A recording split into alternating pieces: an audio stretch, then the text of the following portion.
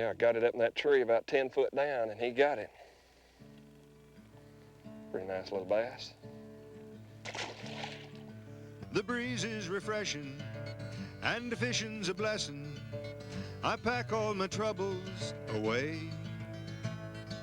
I'll think of you when I look across the blue water.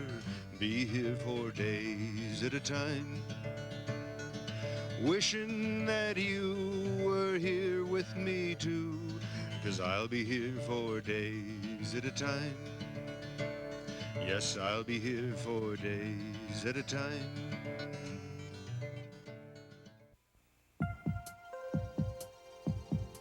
Listen to the heartbeat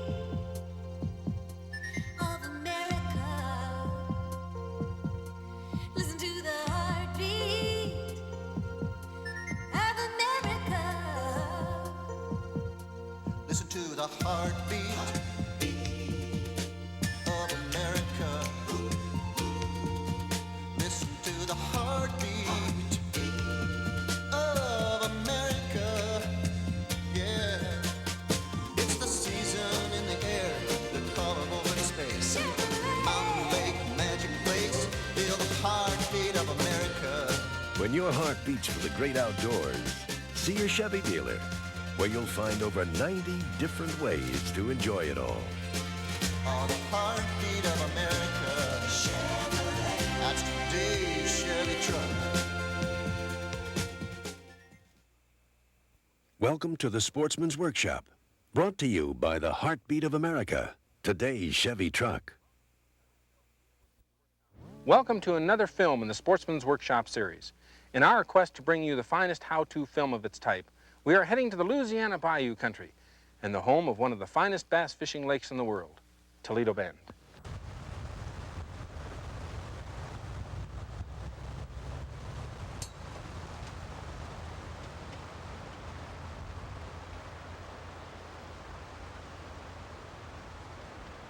In following with the workshop's tradition of bringing you the best talents in the business, we're going to join professional bass fisherman and winner of many bass fishing tournaments, including the Bassmasters Classic, Mr. Larry Nixon.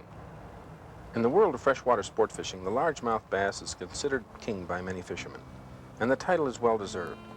In order to be a consistently successful bass angler, you have to take the time to learn the secrets for success. What baits to use, when to use them, where to use them, and how to use them correctly. Professional bass fishermen like Larry don't win tournaments time after time by playing a guessing game with the tackle and its presentation. They have spent endless hours on bass waters across the country and around the world. Larry's secret for catching bass provides you with the most fantastic opportunity to learn this southern gentleman's knack for catching bass in every kind of bass water, using the most popular styles and kinds of bait.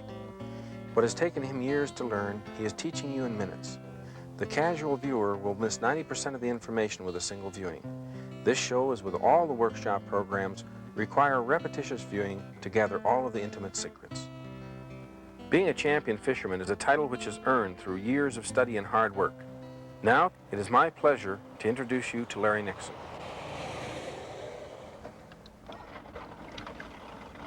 You know, one thing you can say about a bass is they're wherever you find them. Any lake you go to, the first thing comes to your mind, now where do I start? The best thing a bass fisherman can do, or somebody just beginning, is just to start with the visible stuff.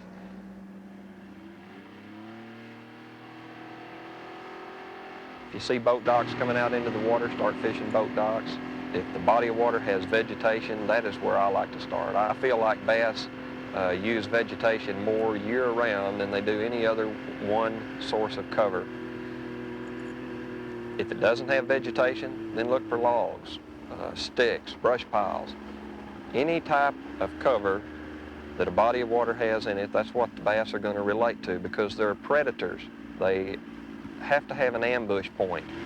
Anytime you have fish out cruising in open water, just clean banks where there are no cover, that is the most difficult fish to catch there is. If he doesn't have cover to hold on, he's very hard to catch.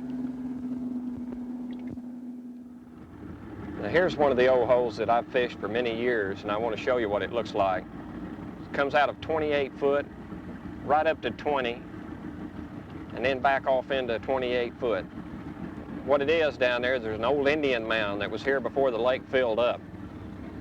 And these are the type of places, the outstanding holes that hold fish.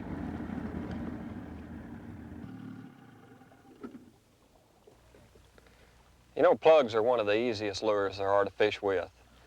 I call them crankbaits, mainly because you merely cast them out once you figure out the retrieve speed that's needed to catch bass and reel them back in. All lures are designed for certain types of bass fishing. Early in the year, when the water first starts warming up, I like to use a mid-depth running lure because fish tend to come up out of the cover they're in and they move up into that sunshine because the water's warming up and it's springtime and they come up there to just feel the rays and warm up for a spell. And lures that produce well during this part of the year, color is the key to catching fish. You want to choose a lure that you feel like the fish are feeding on at that time. Normally, your early spring lure is a crawfish color lure, brown with an orange belly. This lure will run about 5 to 6 foot deep on 10-pound test line, and when the fish come up out of 7, 8, 10 foot of water to move up into the spawning grounds, this is a lure that will produce well for you. When the water temperature is in the mid-50s to low 60s, a lot of times it'll take a crank and stop retrieve to produce strikes. Reel it down, keep it moving, pause. A lot of times that's when your strike will occur. As the water warms up and you get up into the 60s and low 70s, then a fast retrieve will usually produce best. Another lure that's becoming very popular is the real deep divers. This lure will get down 10 to 12 feet on 10-pound test line. You can go to even a larger lure and get down 12 to 15 feet deep on light line. These lures will actually get down and take bass out of holes that you would normally have to fish with a worm or a jig. They're very productive in lakes that have current or situations where they turn the locks on and generate power and it pulls current across these ridges, and you can back off in 25 foot of water and cast up into 8 or 10 and crank these lures down and still take big bass even when they won't hit plastic worms. One of the most important things is the ability to cover a lot of water with crankbaits. They enable you to look for fish. You might not be catching fish on other lures that you think are producing well, and it may be that you're just not fishing in the right spot. You can tie on a crankbait and get the lure that runs the depth that you feel like the fish are, and turn your trolling motor on and cover a lot of water. Sometimes this will just show you where they are. Crankbait will help you look for bass. No matter what size lure you're using, the determining factor on the speed of the retrieve is the water temperature. If the water's real cold, use a slow retrieve. As the water warms up, then go to a medium retrieve. As it gets real hot, sometimes it'll take a fast retrieve to provoke a strike. When you cast upon the structure that you intend to fish, normally a fairly slow retrieve will get that lure down to maximum depth first. Once you get it down and get it to hitting bottom, and you feel it bounce off structure, pause. Bounces off, pause. As long as it's digging and coming to the boat, continue the retrieve on through, and then wind it on in and make you another cast. The most important thing in fishing crankbaits is covering a lot of ground. Turn your trolling motor on, start down a bank, and cover a lot of water, make a lot of casts.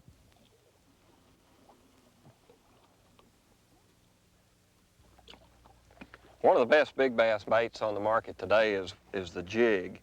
There's a variety of different trailers you can put on it, all different weights of jigs. Each one has a different purpose during bass fishing. In the early spring and in the winter months, the best trailers you can put on a jig are pork. These are the trailers that I prefer to use over others during cold water conditions. Now in the summertime, once that water begins to warm up and the fish get real aggressive, you have one little problem with pork. It tends to dry out on you. And that's when I start going to plastic trailers, just a regular old twister tail worm. Another trailer that I use is just a plastic crawfish. I like this real well when flipping the jig in heavy cover. Now, the thing on matching your trailer to your jig and the water conditions is the speed of the fall. You want to match the speed of the fall to the water temperature.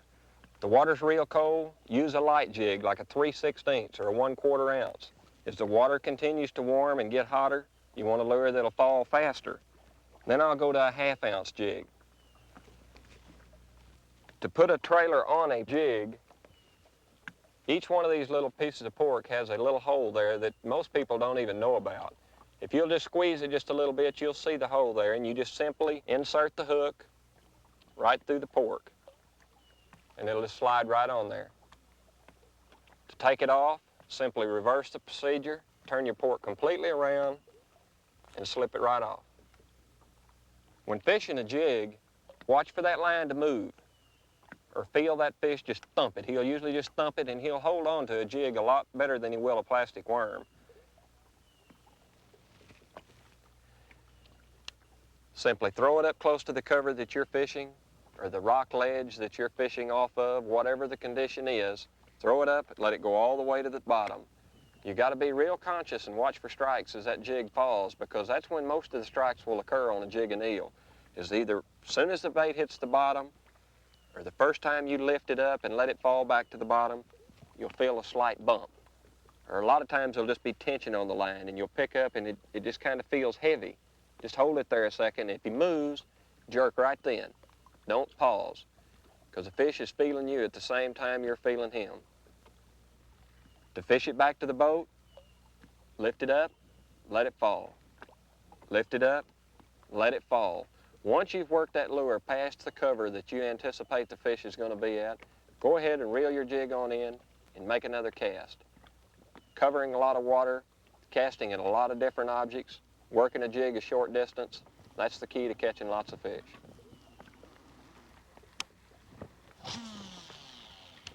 Wintertime structure is normally real deep fishing, 18 to sometimes 30, 35 feet. Sharp drops, dropping off into the deepest part of the lake. Little humps or ridges along the old river channel or old creek channel. These are the type areas that the fish seem to school up on. Springtime, the best situations are a small ditch or drop off somewhere from 4 to 10, 12, 15 foot with spawning areas close by. By spawning areas, I mean water that's 2 to 10 feet deep, depending on the clarity of the water. Just as deep as the sun will reach the eggs. Summertime areas, road beds, fence rows, ridges on creek channels, points, a lot of different types of drop-offs that will hold fish in the summertime. A lot of it depends on the time of day. Seems like your structures closest to land will produce early in the morning, and as the day gets older, you need to move on to your offshore ridges or humps or road beds. Fall of the year, fish usually start migrating and traveling the creek channels. That's when you'll want to look for your structure close to the creek. They'll also start moving back into the shallows again and using the grass beds, logs, and the stick-ups in the shallower water close to the creek channels. You know, the early morning hours are the key to catching the very active bass in the summertime. When you have a cloud cover such as we have today, that it just lengthens your morning hours and gives you another hour or two to enjoy your favorite type of fishing.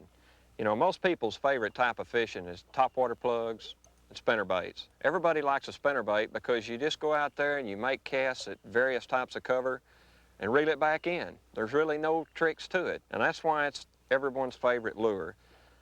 In the summertime, when the fish are really chasing fast-moving lures, that's when you want to go to tandem spin spinnerbaits.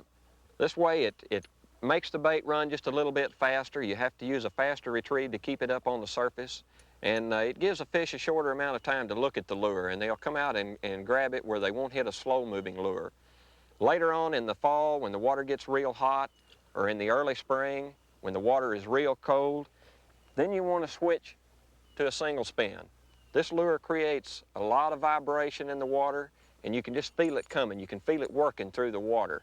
And this will agitate fish into striking when they're not feeding, and you just reel it real slow. You've got a long arm on this lure to keep you from getting hung up so much. And this big blade creates a lot of vibration, and that just attracts fish from long distances. You've also got another feature added, the trailer. That just gives the lure a little more appealing look. It kind of fluffs through the water when you're reeling it along, and sometimes that'll create a few more strikes. A trailer hook can also be added to spinnerbaits when you're reeling them fast, and this will catch some of the short striking fish that you would miss without. The single spin, cold water, real hot water when the fish are moving slow, tandem spin for fishing fast when the fish are real aggressive and chasing lures. Another lure that's the favorite of a lot of early morning fishermen, everybody seems to enjoy fishing with, and it's one of my favorites too, is a topwater plug. There are two different ways to really work a topwater plug right, in my opinion. The first is when fish are chasing shad, they're looking for something that's running from them. They want something that's moving fast. When you make a cast, work that thing back to the boat in a very erratic fashion. Make it skip water across the top. When it shoots that little spray out, it looks like bait fish running from a bass. All you do is you throw it out, and then work it real fast right across the top of the water, just popping that rod tip. The other way is you throw it pretty close to where you feel like he's at, and just throw it over and let it sit there. A bass will sit down there looking at an object, and the more he sits there and it doesn't move, the madder it makes him. And then when you give it that little chug and let it sit there again, he'll just explode on it.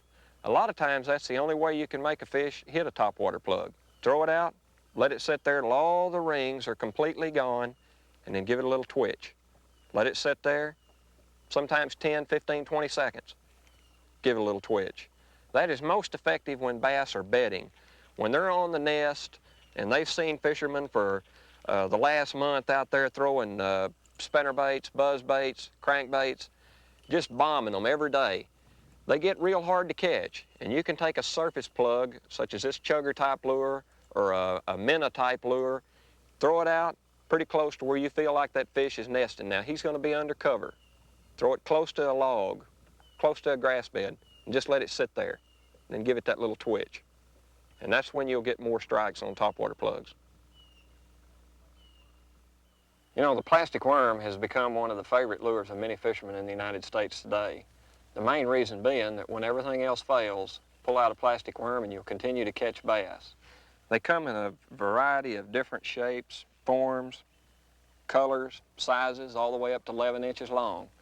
The worms that I prefer, for shallow water fishing especially, I like to use a worm that has a big tail, quite a bit of body, and it gives it a little more bulky look in the water. Then when I move out and start fishing structure, deep water structure, where I feel like the fish are feeding on shad, then I'll go to a smaller diameter worm. The color you choose, the weight, and the way you rig a plastic worm up is the most important part of hooking a bass. When you pick up a plastic worm and you get that hook ready to insert into the worm, always angle that hook across that plastic worm. Go in at the very top, but angle that point out so that it's coming out of the plastic. Then you pull the eye all the way down inside the worm. Turn the hook around, and it's ready to be stuck back inside. As you can see there, that will give you the angle that that hook needs to come out on the other side of a worm. Then simply pick up on the worm, stick the hook all the way through till the point's just barely inside the worm. That'll make it weedless, and it'll hang straight and won't twist your line. That way when you set the hook on that fish, you have a minimum amount of plastic right here to break that hook out of, and the point's got to come out the other side. That's very important in hooking a bass. Another hook that I use quite regular when I'm fishing is a keeper hook. Now the hooks that I do use, I'll normally fish either a 2/0 or a 3/0 most of the time. This keeper hook just has a little arm on it. To rig it up, simply insert this little arm inside the plastic worm, right down the center of it, and it has a couple little barbs that'll help hold that worm up, and that's all there is to it. It just hangs the worm down straight, just pick up on the plastic worm, and again, stick the hook all the way through. This hook has been very effective for me in certain situations when I have problems losing fish. If you ever run into a problem that you're sticking a lot of fish and they're jumping off on you, try this hook because it will help you land more bass. After you get a worm rigged up properly, there's also a proper way to fish a plastic worm. There's a lot of things you can do with a worm and still catch fish, but the proper way to fish a plastic worm is to pick out a target. Or if you're fishing a drop-off, fish that drop-off. But if you're fishing targets such as grass beds or stumps or logs, make a presentation that lays that lure right in there close to your target, and then just drop that worm in there. Let it fall in there on a slack line. Most of the time, when I make a cast at a grass bed or a log or even a drop-off, when I make that cast, I'm going to be feeding out some line because I want that worm to fall straight down close to that object where I feel like the fish is hiding. If you can drop a worm straight down on top of a bass and he's down here 10 or 12 foot deep and just all of a sudden, bang, a worm drops right in his face, he'll grab it every time. But if you throw past him and you work that worm back to him and he sees it coming out there, a lot of times he may realize at the last minute that it's not something that he wants to eat and he won't take it. But if you'll drop it in there on a precise presentation, that fish will hit. Now once it hits the bottom, you pick up a little bit of slack and crawl that worm along, or if you're in moss, come over the top of that vegetation and then let it fall back down in it. This is where your strikes will occur. When you pick it up and it's sinking back to the bottom, usually you'll just feel a little boom boom. I mean, just enough that you'll feel it in your hand. Either that or you'll see the line jump. Pick it up and let it fall back to the bottom. I got to take time out here to try to catch that one. He jumped right there.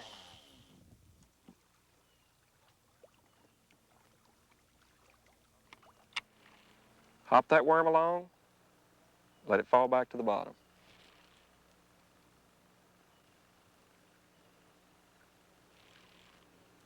Anytime you come into a treetop, anything on that bottom down there, and you pick it up and there's tension there, just kind of hold it there a second.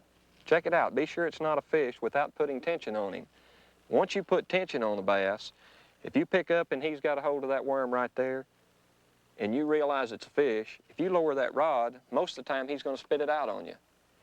Where if you'll pick up on it, and it's got that little bit of tension on it, and you realize it is a fish, set right then. I'll use a two-handed set that most bass fishermen don't use. Most people will hold the reel, the handle in this manner, and when they jerk, they still got a hold of the handle. But if you'll get ready, and you realize it's fish, if you'll just drop that hand, cup that rod, snap with both wrists, you'll put a lot more force on that worm than if you just reel down there and try to tear his head off.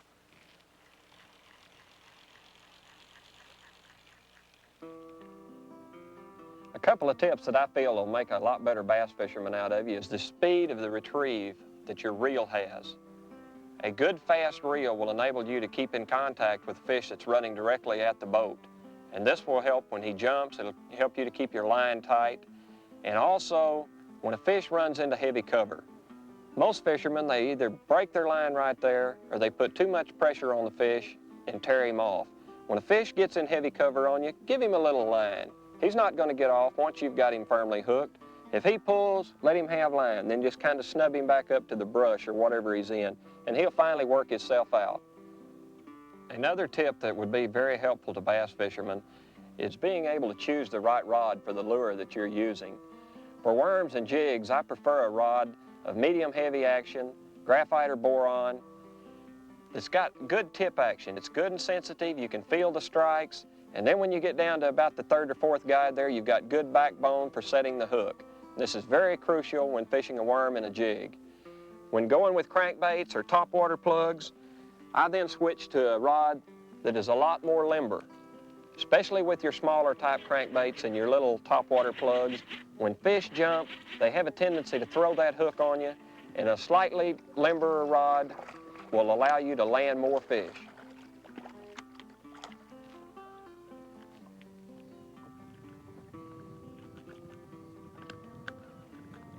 Found another underwater tree there, and he's holding down about 10 foot.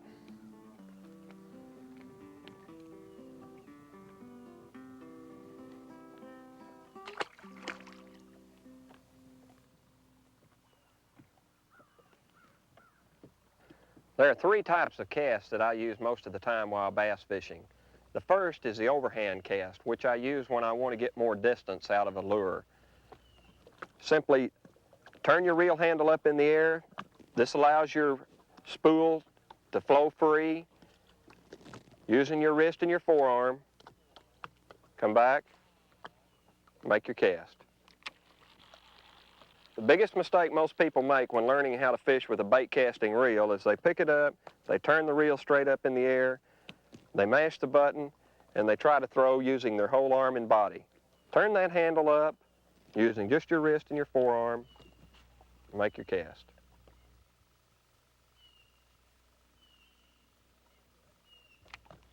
Another cast that I use a lot while bass fishing, and in fact I probably use it more than I do than the overhand cast, is what I call a little roll cast. You just kind of cup the reel with both hands, get your lure right up against your rod tip, and just roll the rod and the reel, and as soon as you make your swing, turn loose of the lure.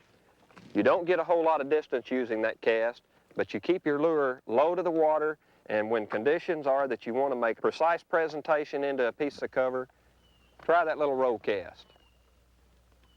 One other cast that's sometimes used during bass fishing, and it's great for getting under overhanging limbs or real close to boat docks, is what I call a swing cast. You get the lure in your hand, load your rod up, put just a little tension on your rod, and just swing your lure underneath the object that you're trying to fish. This will allow you to get your lure underneath boat docks or leaning limbs where you don't have the room to make an overhand cast. Swing it in.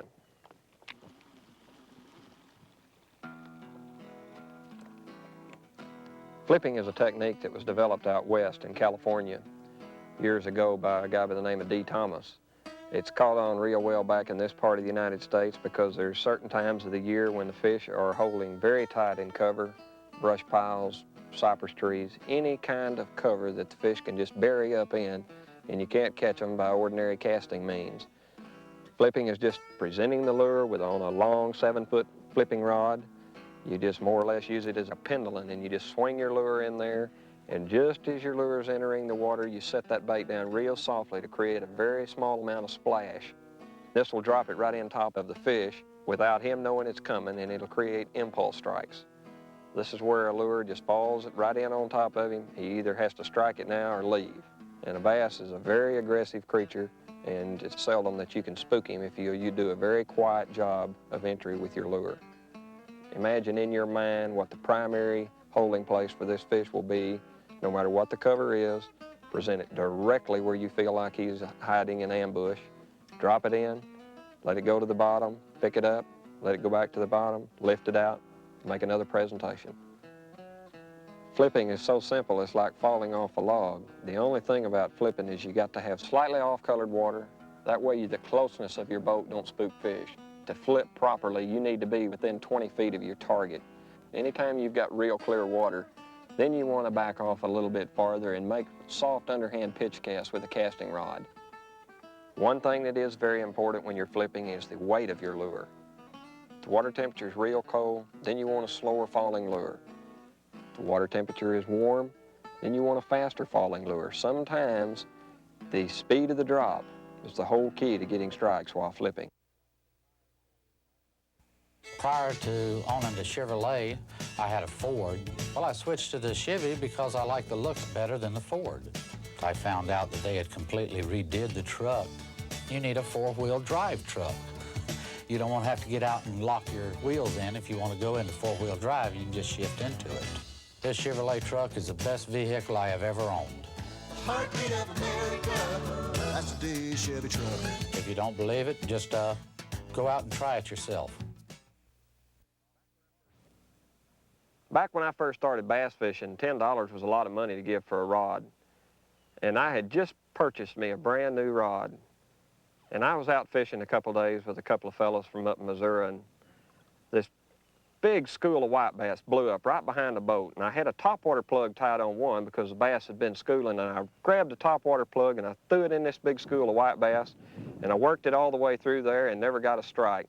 So I reeled it up real close to the boat, and I threw it down in the floor, and I grabbed the rod with a spoon on it, which is what white bass normally hit real good. So I reared back to make a cast with that spoon, and about that time, one of them big whites come out of the water and got my topwater plug hanging out of the water just about this far and jerked my brand new rod and reel over the side.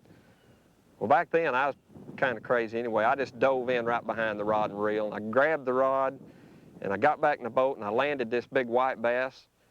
And just as I was taking it off the hook, the fellow in the boat with me says, "I hate to tell you this, but when you went over the side, you kicked your other rod and reel over."